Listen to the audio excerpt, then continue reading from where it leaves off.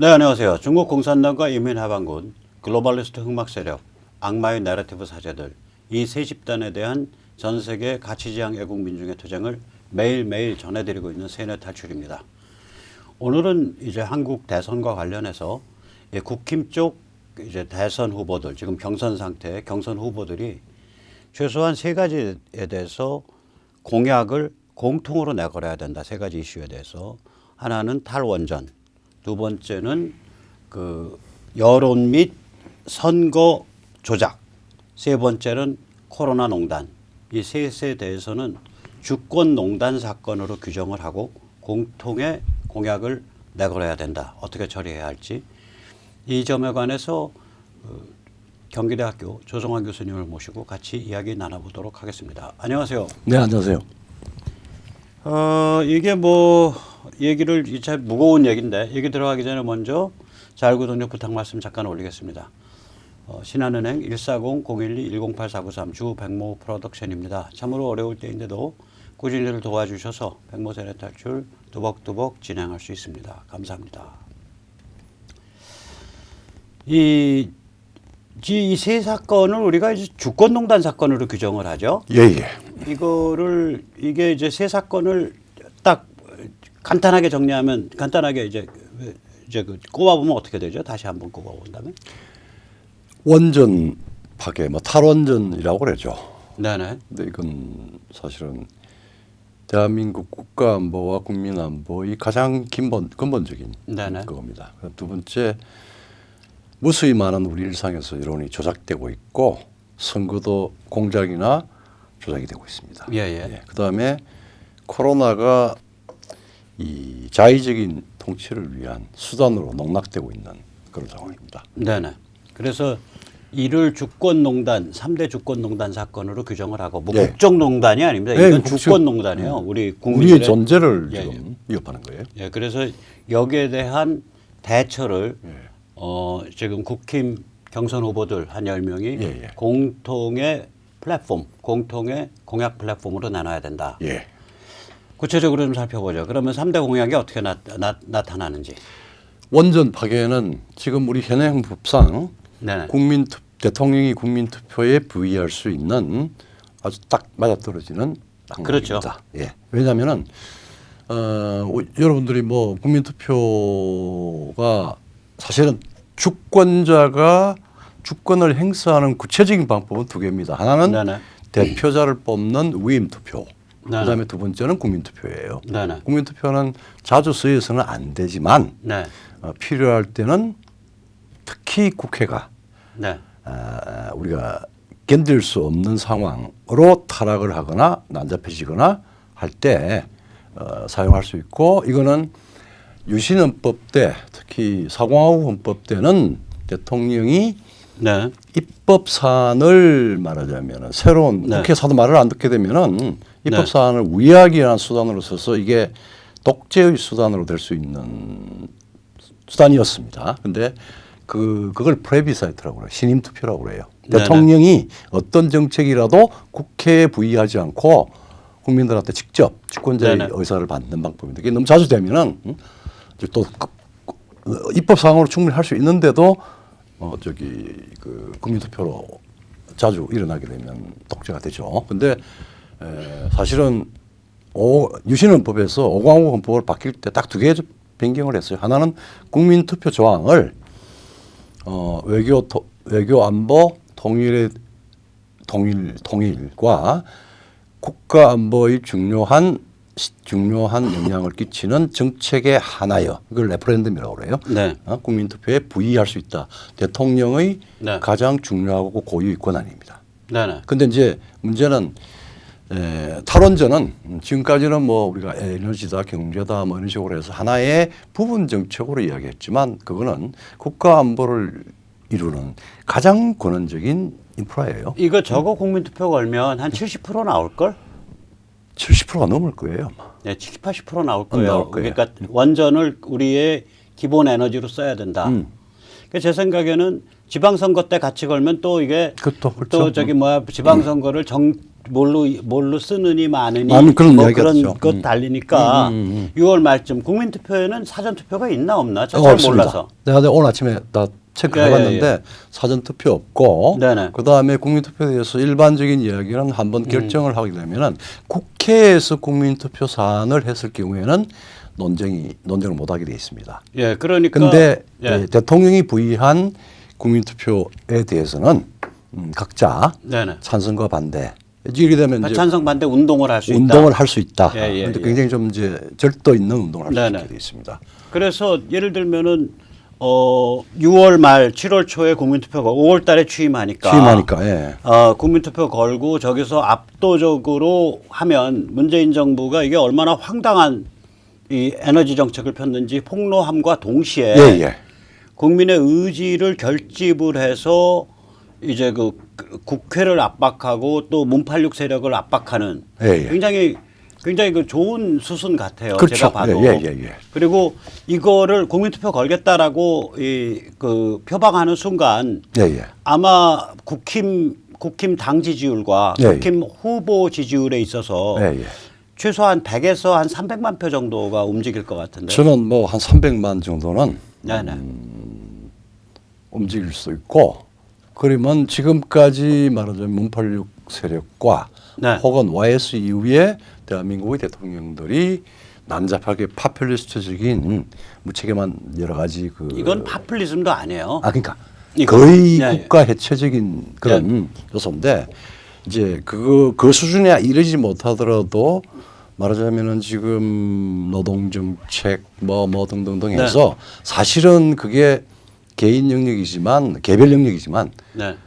국민의 안위를 혹은 국가의 안보를 해치는 무수한 지금 정책과 법률들이 존재를 했습니다. 그 부분에 대해서 그 길을 꺾는 거지. 길을 꺾고 네, 정비를 그 할 수 흐름을. 있는.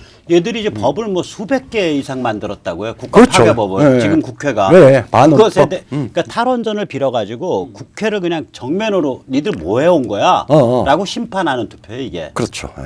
그래서 딱 국회를 제압하고 들어가야 된다고 신임 대통령이. 그렇죠. 예. 근데 그거를 같이 공통 공약을 걸어주면 힘을 공통으로 받잖아. 공통으로 그래. 예. 공통으로 걸고 그래서 내 이거는- 생각엔 윤석열과 최재형이 만나서 예, 이거 예. 공통 공약 걸자. 예. 라고 통을 쳐버리면 예. 다른 군소 후보들이 안 따라올 수가 없다고. 없죠. 예. 하태경이는 안 따라오겠다. 유승민이 하태경이. 유승민은 모르고 하태경이 분명히 안 따라올 거야. 근데- 하태경은 이제 길림 박사니까. 근데 이걸 이제 여러 가지 그거 있는데 제가 이제 법률학자들하고 논의를 해본 결과 네네. 제가 지금 이야기하는 헌정학적인 이해를 못해요. 그냥 뭐 그건 뭐 법률학자에 따라서. 따라서 아니, 그거 뭐 다른데 저기 가방끈 긴 그래서, 박사들 뭐 별놈의 증상 다 있으니까. 그래서 이제 이게 대통령 더더군다나 지금 우리가 건국 이래 가장 예. 커다란 이 국가 파괴, 해체 이 상태의 위기 상태, 위기 정치를 돌파하는 중요한 네네. 그거 이제 나중에 다시 한번 보고 원전 파괴 문제는. 그다음에 여론 및 선거 조작 이게 이제 뭐 드루킹이라든지 예. 울산시장 뭐 이런 문제들이죠. 그렇죠. 그거에 대해서는 국민투표에 뭐예요? 그거는. 그거는 국민투표 사안은 아니죠. 그러면 이제 하지만 주권 사안이죠. 그러니까 엄정 처리하겠다. 엄정 처리죠. 이건 엄정 처리 공약이죠. 예. 그다음에 코로나 농단 이건 국민투표 사안인가 아니면 뭔가? 그것도 국민투표 사안은 아니죠. 아니면 엄정 처리. 엄정 처리죠. 그러니까 이제 이 공약이 어떻게 걸리는 거냐면 원전 파괴는 국민투표 걸겠다. 예. 그다음에 여론 및 선거 조작은 엄정 처리하겠다. 예. 코로나 농단 엄정 처리하겠다. 그게 이거를 모든 후보가 네. 공통 플랫폼으로 이 세 가지 공약을 다 걸어라. 그렇죠. 뭐 예. 길림 박사 하태경은 예. 안 걸어도 좋고. 이게 아마 이 세 가지 예. 원칙은 기본적으로 이제 국민투표라고 하는 가장 예. 고강도 이제 말하자면은 통치행위가 있고 네. 그다음에 그 밑에 지금 그 다른 요소들은 네. 엄정히 수사를 해야 됩니다. 네네. 뭐 그게 다 포함해서. 네네. 자 그러면 자, 이제 탈원전으로 이제 넘어가서 네, 탈원전 한번 넘어가서 보죠. 네. 이 원자력 에너지를 얘들이 내세우면서 예. 탈원전을 내세우면서 하는 게 뭐 환경 보호니 뭐 이런 거 얘기하는데 예. 이게 말이 안 되죠. 말이 안 되죠. 기후 변화를 받들어 모시는 바이든 정부조차 클린 에너지로 원전을 키우겠다라고 얘기를 하고 있거든요. 예. 그다음에 기후 변화 광신도 빌 게이츠 얘가 왜 광신도냐면 얘 재단에서 돈을 줘 갖고 그렇죠. 그 하버드 대학에서 무슨 연구를 하냐면요. 예, 예. 그러니까 이 자외선이 예, 예. 자외선이 아니라 태양광이 예, 예. 너무 지구에 내려 쏘여서 지구에 너무 내려 쏘여 가지고 그 기온을 올라가게 한다. 그렇죠. 그래서 대기권의 태양광 반사 그걸까지 입자, 하자. 그렇죠. 예. 반사 입자, 작은 금속 가루를 대기권 상층부에 뿌리는 그런 것까지 해요. 그럼 우리 아마 빙하기가 할 겁니다. 예. 그러니까 얘는 기후변화 광신도거든, 이 빌 게이츠. 예. 얘도 한국을 차세대 원전 기술 파트너로 찍었잖아. 그렇죠. 그러니까 원전 기술이 기후변화에 대응할 수 있는 핵심적 기술이다. 핵심 기술이죠. 예. 라고 이 기후변화 광신도들, 예, 기후변화 신도들까지도 그 얘기를 하고 있는 판에 예. 무슨 놈의 환경 내세워서 원전 닫아 걸겠다는 게 말이 되는 소리냐 이거지. 전미 원자력 협회도 그 이야기를 했어요. 이미 뭐 저기 상당히 오래 전부터. 대한민국 원전 기술이 세계 최강의 5가지 분야에서 경쟁력이 있거든요. 예. 뭐 병모가 몇 번 이야기를 하긴 했는데 다시 한 번 더 좀 왜 그런지를 설명을 해 주셔야 예, 될 일단 것 같아요. 설계 기술이 세계 최강입니다. 예, 예. 건설 기술 및 그러니까 건설의 가성비가 세계 최강입니다. 그렇죠. 가격 대비 성능이. 예, 예. 그러니까 중국 애들한테 건설 맡겨놓고 못 믿는다 이거지. 그렇죠. 예. 근데 한국은 예를 들어서 이제 콘크리트 제대로 쓰고, 예. 그다음에 예를 들면은 부품 제대로 쓰고, 예. 그다음에 뭐 그 케이싱이 그렇게 중요해요. 원자로. 그렇죠. 예. 그 원자로를 둘러싸고 있는 원자로가 둘러싸고 있는 그 아주 고품질 스테인레스 그렇죠. 강이에요. 예, 예. 그게 뭐 두께가 10cm, 뭐 12cm 이럴 거예요. 예. 그거 제대로 쓰고. 예, 그렇죠. 이 중국 애들 시켜놓으면 여기 무쇠 쓰고 무쇠에다가 색깔 칠해서 케이싱했다고 주장할 수 있으니까. 그 다음에 이제 가장 그한 거는 제어 부분. 제어. 이게 한국이 왜 제어가 뛰어나냐면요. 한국 이전의 모든 원자로 운영에 대해서는 아날로그 센서를 썼어요. 그렇죠. 예. 그래서 웃기잖아. 아날로그 센서를 쓰면 자기의 센싱 값을 못 보내주잖아. 서버로. 그렇죠. 그러면 방사능 있는 데 가서 센서를 들여다봐야 되잖아요. 그거 그렇죠. 어떻게 들여다본 줄 알아요? 모르겠네. 어? 그때는 이제 로봇도 개판 로봇 아니에요. 아, 엉터리 로봇 보내가지고 사진을 찍어. 그 판독에서. 그래서 사진 이미지가 이제 카메라가 들어가서 사진 찍고 카메라가 이제 빠져나오면 그걸 방호복 입고 카메라 열어서 필름 꺼내가지고 인화해서 그걸로 판독했어요. 우리 저기 이건 내가 의사님들을 옛날에. 의사님들을 어. 저기 빈정되는 게 아닙니다. 옛날에 엑스레이. 내과 의사들이 하는 말이 있습니다. 사실 예. 그 지금 하는 패턴이 말하자면 제어에 예. 내과 의사와 유사한 방식으로 했다는 그 이야기죠. 그렇죠. 그런데 네. 이거를 한국이 디지털 센서를 개발한 거예요. 그렇죠. 예. 근데 이게 그냥 한 나라의 기술만 가지고는 안 되고 디지털 예. 센서를 개발하면 이게 뭘 통과해야 되냐면 예. 미국의 원자력 안전 운영에 관한 그 기구가 있어요. 미국은 예. 그런 게 다 민간 기구예요. 그렇죠. 근데 예. 세계적 기구예요. 그런 데에서 이제 저걸 받아야 돼. 뭐지? 그 인증. 인정을 받아야죠. 그걸 미국적, 유럽적 인증 다 받아가지고 이걸 제어를 디지타이즈한 거야. 디지털이죠. 예. 그걸 한국인들이 해냈다고요. 그렇죠. 예. 자랑스러워해도 됩니다. 그래서 한국이 제어 최고 기술이고요. 운영이 최고예요. 한국에서 심각한 운전사고 난 게 한 번도 없어요. 한 번도 없습니다. 운영이 세계 최고예요. 그 다음에 한국의 모듈화가 이게 특허도 많이 갖고 있고 세계 최고입니다. 이게 책에 이제 지금 앞으로 저기 원전 신설이던 네. 이 부분이 이제 지금 워낙 이제 원전은 거대한 여러 가지 짓고 그래가지고 사실 뭐 그 심판이라든지 뭐 이런 식으로 해서 사람들을 그 선동할 수 있는 여지가 많았고 또 님비도 있었고 뭐 이런 건데 이 모듈은 그런 요소들을 소위 말하자면은 원전 이 건설의 그 사회적 정치적 비용이 확 없어지죠 거의. 이게 왜 무섭냐면 우리가 예. 보통 원전이다 화력발전소다 이런 거 하면 기본 단위가 기가와트야. 그걸 기가 왔죠. 예. 근데 저 면적 모듈화를 하면서 예. 이거를 뭐 200메가와트, 100메가와트. 그러면 중소도시 딱. 예, 그게 이제 그게 이제 웨스팅하우스가 그 기술이 있어요. 그럴 수 있어요. 예. 이게 이제 몇백 메가와트급이 어디 쓰이냐면 잠수함이나 항공모함에 쓰여요. 처음에 배. 그걸 출발했죠. 예. 네, 잠수함 항공모함에 쓰이는데 거기야 뭐 군사 시설이니까 바깥이 바닷물이잖아. 그렇죠. 예. 그러니까 이게 오염 저오염이나 무오염인 그 바닷물을 써가지고 이걸 식힐 수 있고 이래요. 근데 한국 쪽 모듈들은 무배출을 또 지향한다고. 그러니까, 예. 바깥에 물도 안 써. 예. 사고도 안 나. 네. 그냥 쉽게 말하면 컨테이너 박스 하나 들여다 놓으면 물론 컨테이너 박스보다 크지만은. 크지만. 예, 그러니까 모듈도 해서 그거 딱딱딱딱딱 조립하면 끝. 끝. 이 기술을 한국이 개발하고 있다니까. 그래서 빌 게이츠가 온 거야. 맞어요. 그런데 뭐 아니 예. 문통도 그거 뭐 수출하겠다고 뭐 얘기를 하대. 예, 그러니까 웃긴.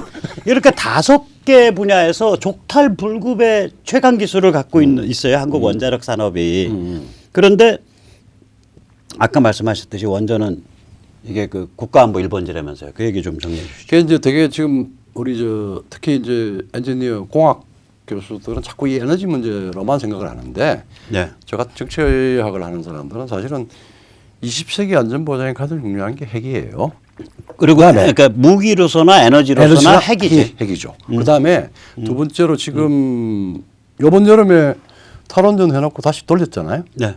블랙아웃 하면은 블랙아웃을 하고 2003년에 미국 그 블랙아웃 시기가 어느 도시였어요. 북부에 캐나다 접경 지역에 있었는데 그게 허리케인 10배에서 40배의 피해를 가져와요. 네. 그게 국가 안보죠. 국민 아니고. 그렇죠. 예. 그래서 이거는 예. 명백한 국가 안보의 1번지고 그다음에 그거 아세요? 아주 높은 수준의 정치학적인 군사적인 이야기인데 평양의 핵무장의 제1타켓은 네. 울산과 부산 해변에 있는 네. 대한민국 원자력 지구입니다. 아. 그래서 저기 그 우리 사드 배치를 그 평택 기지를 보존하고 그다음에 우리 그래서 부사시에 성주로 갔구나. 성주로 간 이유가 그것 때문에 그렇습니다. 예. 그쪽을 방어하는 거구나. 그래서 남쪽에 있는 원전들. 원전들. 예, 왜냐하면 원전 스톱 시켜 버리면은 블랙아웃 되고 네. 뭐 싸울 이유도 없죠. 싸울 수도 없어요. 모든 부분이 그렇게 된 게 혼비백산이라고 하는 게 무슨 군이 네. 전기 없이 움직일 수 없는 상태란 말이에요. 네네. 그런 상태고 그다음에 원전은 집중도가 높기 때문에 지속적이고 안정적이고 고품질의 이 집중 기간 기간 에너지죠. 그 부분이 만약에 원폭으로 파괴가 됐다. 그러면은 뭐 끝나죠. 국가안보 휴전선에 무슨 사단 몇 개 없애고 한 거하고 비교도 안 되는 겁니다. 그래서 이거는 국가안보의 제1 요소고 제1번지입니다. 그래서 이거를 우리 지금 헌법의 72조 국민투표 대통령이 부의할 수 있는 국민투표 조항은 이게 또 국제적인 요소하고 동북아 슈퍼그리드 그다음에 러시아 중국에서 그다음에 중국한테 나라를 들어서 기술 다 주고 한중국 러시아에 바치려고 하는 거죠. 예, 그게 국가 안보의 가장 위해야 되는 요소죠. 그래서 이 논리 이것은 정확히 이 문제를 변경시키려고 그러면은 임기 5년에 소위 말하자면 임기가 있는 제한 정부가 특히 중요한 이 에너지 50년을 만든 또 50년을 지속할 이거를 변경시키는 거는 집권 남용이 아니라 이거는 그야말로 주권농단입니다. 국가농단 국정농단을 넘어서는 요소가 되죠. 그래서 이 부분은 국민의 의사를 물어야 돼요. 그리고 우리 헌법에 말하자면 이런 요소에 대해서 대통령이 가장 중요한 문제에 대해서 투표를 통해서 국민의 그 의사를 물어야 됩니다. 민주주의 좋아하잖아요. 이것도 가장 중요한 민주주의의 한 근본적인 주요한 요소입니다. 그러니까 사실은 국민이 반대하더라도 설득해서 그 지도자가 끌고 나가야 될 일인데. 그렇죠. 국무회의에서 그냥 국민이 원전을 찬성하고 있는데도 지들이 국무회의랑 영화 한 편 봤다고 원전을 닫아 걸고 그리고 통계 조작까지 하고. 통계 조작하고. 자, 근데 원전 산업을 포기하면 누가 제일 손해 보고 누가 제일 이익 봐요? 대한민국은 안보 위기가 아니고 대한민국의 안보 파괴지. 그다음에 기술 다 말라주고 있습니다. 그리고 중국이 이 말하자면 세계 최고 세계의 패권의 그 그렇게 되죠. 우리 기술 다 빨아가니까. 다 빨아가죠. 이 네. 기술이 제대로 되면은 중국 경제, 중국 안보 뭐 그렇게 등등도 되죠. 네. 그리고 지금 연안에 걸쳐져 있는 중국의 원전은 굉장히 좀 불안합니다. 네, 그렇죠. 그걸 이제 싹 안전한 가장 안전하고 가장 기술적으로 좋고 가장 가성비가 그리고 높은 전 세계 이제 중국이 원전 팔고 다니는 거야. 그럼. 일로일 때. 그렇죠. 네, 그럼 그거예요. 미국까지도 대책이 없는 예, 예. 상황이에요. 그러니까 이게 국가 반역에 해당하는 행위인데, 자, 이것을 대안이 지금 태양광이랑 풍력이라는 거 아니에요? 참 저기 예.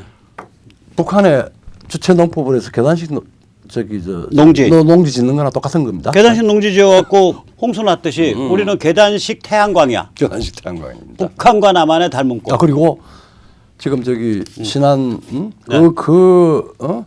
좋은 바다 풍광과 무기질과 아유, 모든 예, 그런데 됐네요. 47조 지금 특약을 해가지고 거기 지금 아마 절대 하지는 나 못할 거라고 보는데 그 저기 풍력 발전소도 뺑뺑이 돌아가는 그게 아마 이권 카르텔들이 그 지금 흉물스러운 거. 엄청나게 움직였을 예. 겁니다. 아마 예, 예. 기획 자금만 하더라도 기획 그게 자금만 문제가 아니라 그 중국의 태양광 패널, 예, 예. 태양광 이게 이제 태양광이나 풍력 발전은 배터리를 쓰잖아요. 그 배터리, 패널, 그다음에 저 풍력 발전 돌아가는 그걸 이제 에어포일이라 그래요. 네. 익형 날개.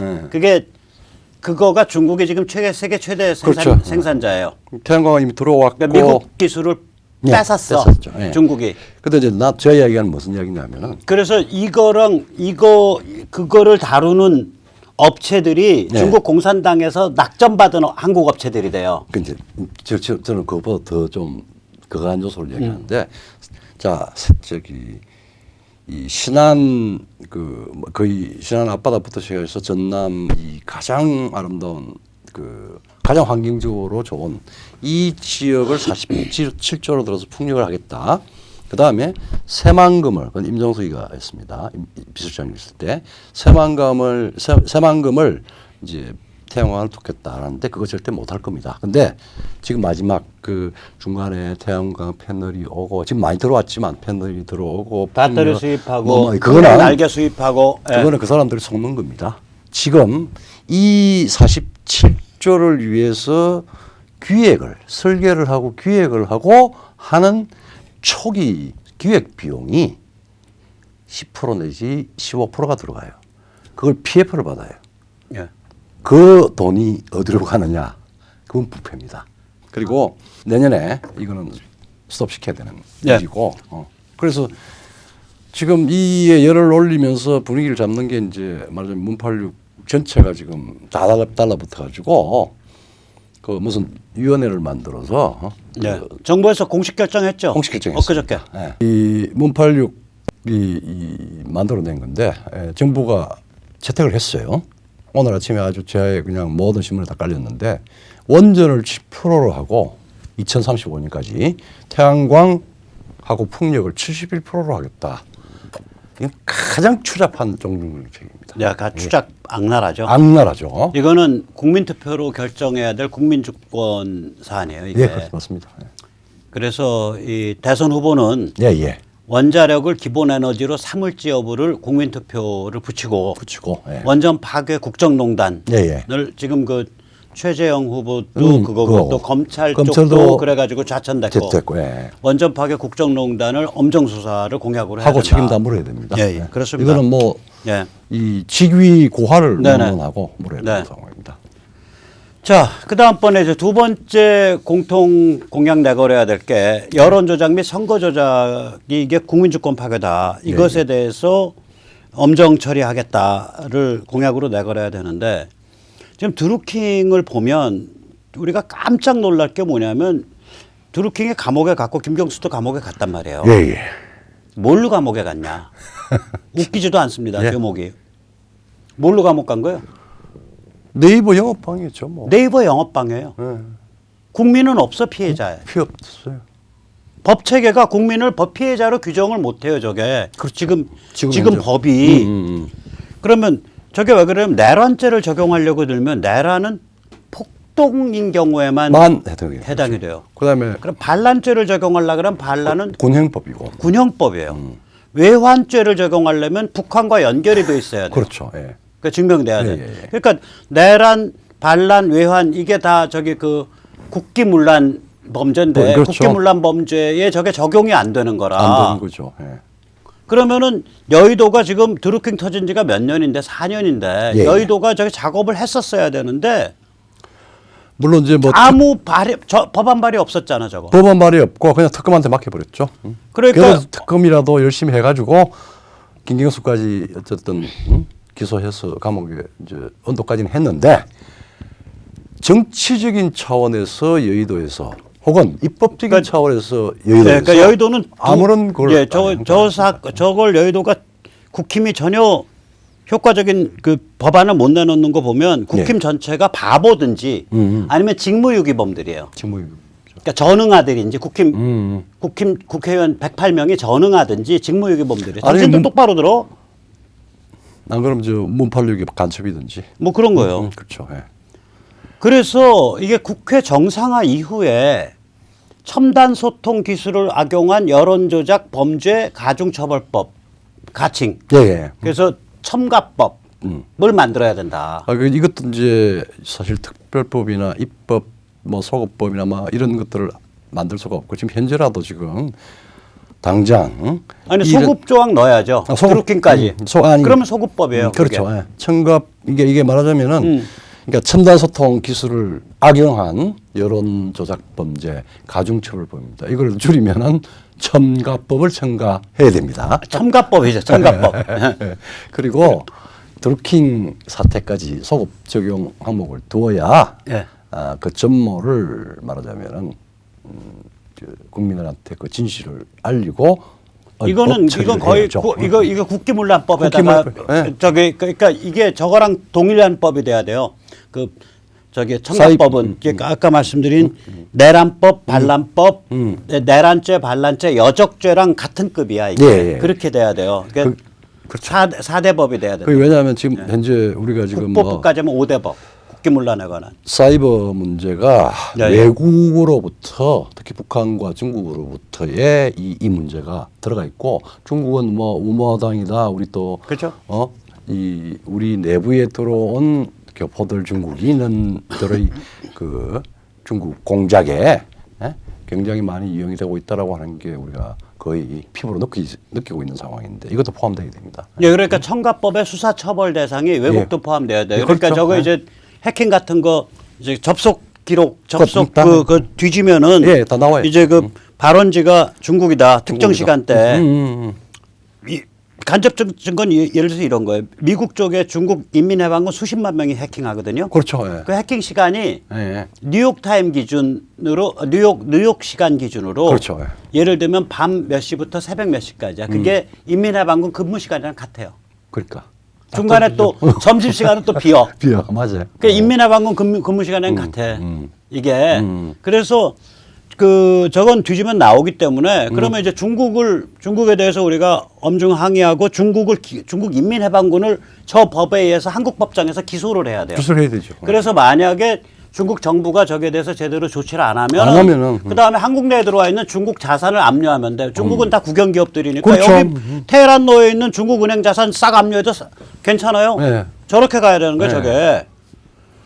근데 저게 드루킹 사건뿐만 아니라 울산시장 선거도 있었고 뭐 지금 줄줄이 그렇잖아요. 뭐 그렇죠. 다른 것도 좀 말씀해 주시죠. 울산시장 부정 공작이죠. 네.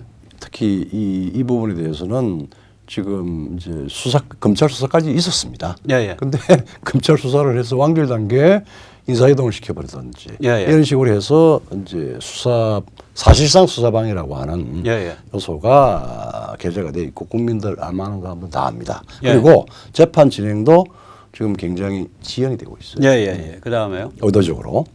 그 다음에 이제 지금 이 굉장히 광범위하게 대한민국 총선에 대해서 4.15 부정선거에 대해서 의혹이 확대가 되어 있는데 대법원이 우리 법상 강행 규정인 180일 이내에 선거가 끝난 지 선고하여야 된다는 규정을 넘기고 지금 1년을 훌쩍 넘기고 또 며칠 전에 뭐 어디 재검표 한다는 것도 갑자기 재검표 날짜 네. 한 4, 5일 전에 또 충북.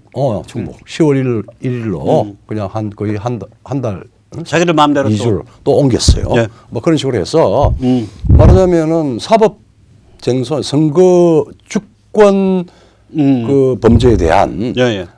기소 예. 사법 쟁송에 대해서 사법의 최종 예, 예. 책임자인 대법원에서 음. 그걸 그냥 명백히 지금 어기고 있습니다. 예, 그러니까 이제 이유도 없이. 대선 후보는 이제 그 뭐 사회로 부정선거 규명 이런 것들은 하지만 그거에 대해서는 뭐 엄정 처리하겠다까지는 얘기를 안 해도 돼요. 밑에서부터 그렇죠. 현장에서부터 해서 가면 돼. 예, 예. 이미 검찰 안에서도 예. 모 씨 등 예. 예를 들어서 윤석열 본인도 그런 논의를 했다라는 정보가 있다고. 예. 작년에. 예. 그러니까 똑 부러지는 증거만 있으면 이거 건드리고 싶다. 예. 그래요? 그 핵심들이 그 얘기를 한 걸로 제가 듣고 있거든요. 예. 근데 이제 그때 이제 검찰의 그 고민은 뭐냐면 이 부정선거를 건드리는 건 사법적 문제가 아니라 혁명적 문제예요, 이게. 그렇게 됩니다. 예. 그러니까 이게 손에 피를 묻히기가 이게 굉장히 애매한 점이 있는 거예요. 이게 그렇죠. 정치 지형이 바뀌지 않으면. 네. 그런데 그러니까 지금 대선 후보에서는 대선 승리하고 나면 정치 지형 바뀌니까 그다음에 사법 처리 수사 처리 가는 거야. 가는 거야. 사회로에 대해서 그건 당연한 거고 공약으로는 뭘 걸어야 되냐? 바로 이 첨가법을 공약으로 걸어야 돼. 그렇죠.